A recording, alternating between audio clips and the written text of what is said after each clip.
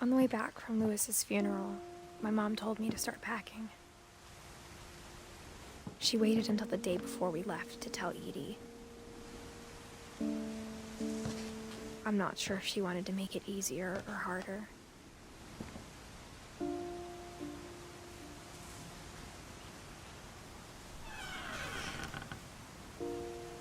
I wish we'd stayed.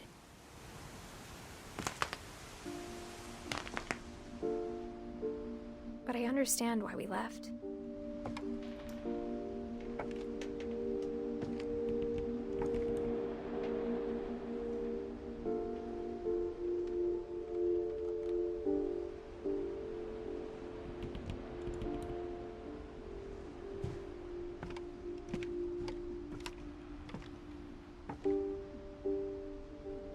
My mom ended up leaving everything behind.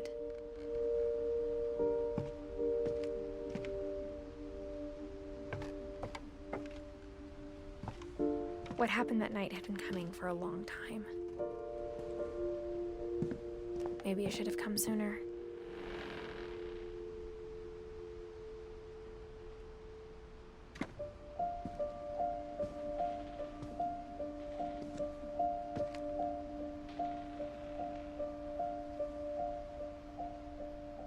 But it had to end one way or another. All that's left now is to tell you about that last night.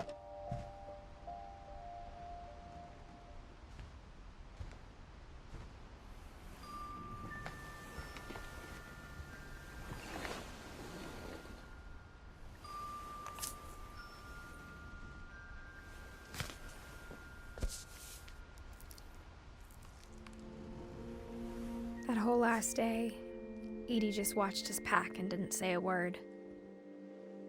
Until supper, when she raised her glass and said, "To our final night together, and all our final nights apart." Grandma, you know what I said about alcohol. Some of your medications are very Edith, specific. I left a present for you in the hallway. Why don't you go open it? The grown-ups have to argue now. I'm sorry, you're right. We're all leaving tomorrow. Let's just enjoy our last... I'm not leaving. Edith, you're excused.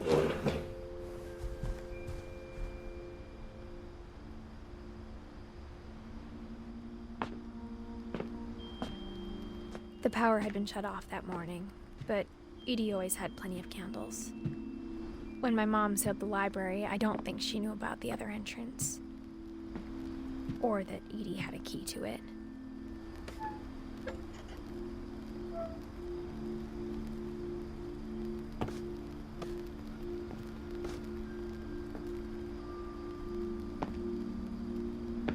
That thing you're afraid of isn't going to end when you leave the house.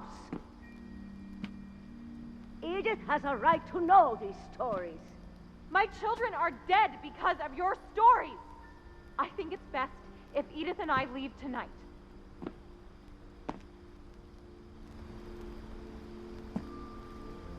We'll have the nursing home send a van for you in the morning, okay?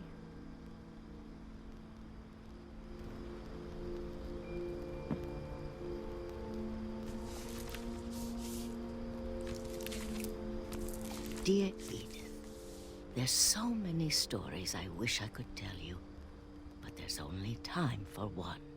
This is about what happened on the night you were born. That night, the tide went way, way out. It was the first and last time I ever saw the old house aground. There'd been an earthquake out in the middle of the ocean.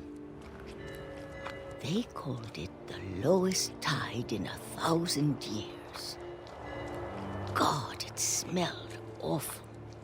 You know, I've seen that house every day of my life.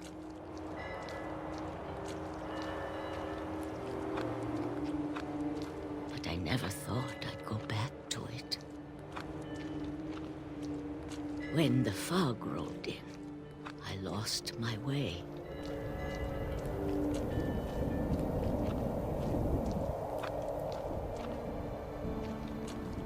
I got turned around,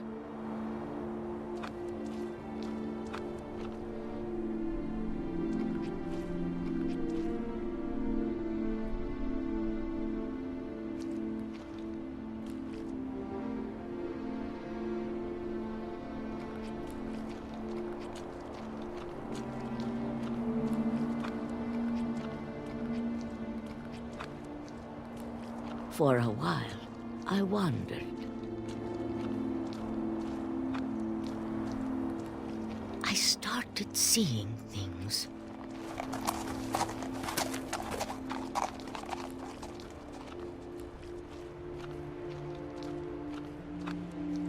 Things I'd forgotten had ever existed.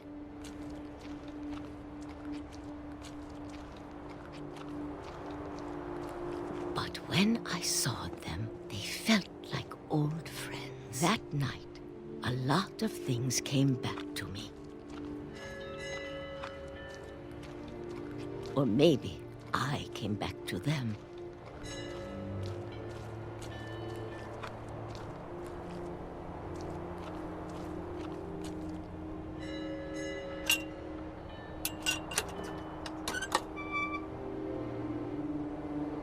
Things I can't explain, but that I need you to try and... Edith, what are you doing in here? It's mine. Edith! Mom, you're gonna rip it! Let go! I kicked and screamed, but Mom dragged me to the car.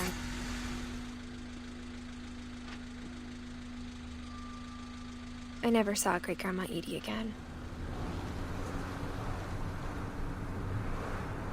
The next morning, the van came to pick her up, but she was already gone. After that, we moved around a lot.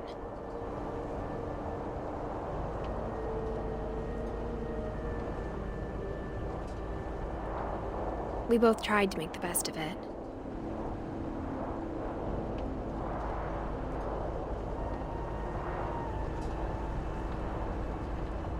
A few years went by.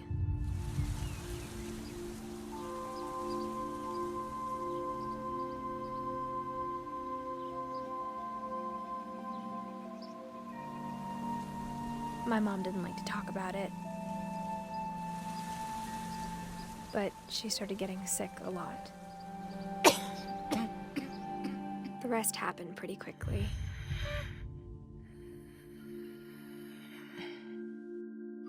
She got better for a while, and then she didn't.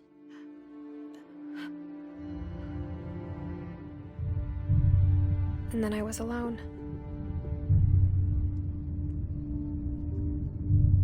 The last Finch left alive.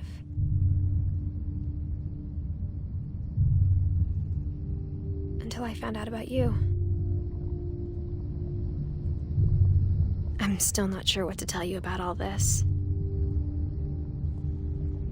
If we lived forever, maybe we'd have time to understand things.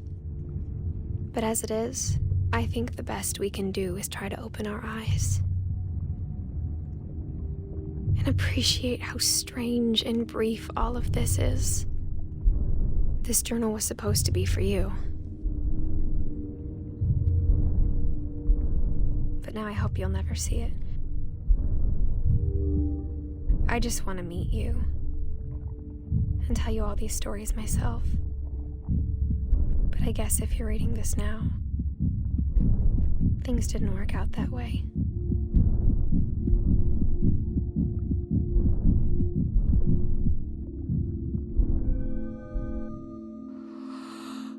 This is where your story begins. I'm sorry I won't be there to see it. It's a lot to ask, but I don't want you to be sad that I'm gone. I want you to be amazed that any of us ever had a chance to be here at all. Good luck.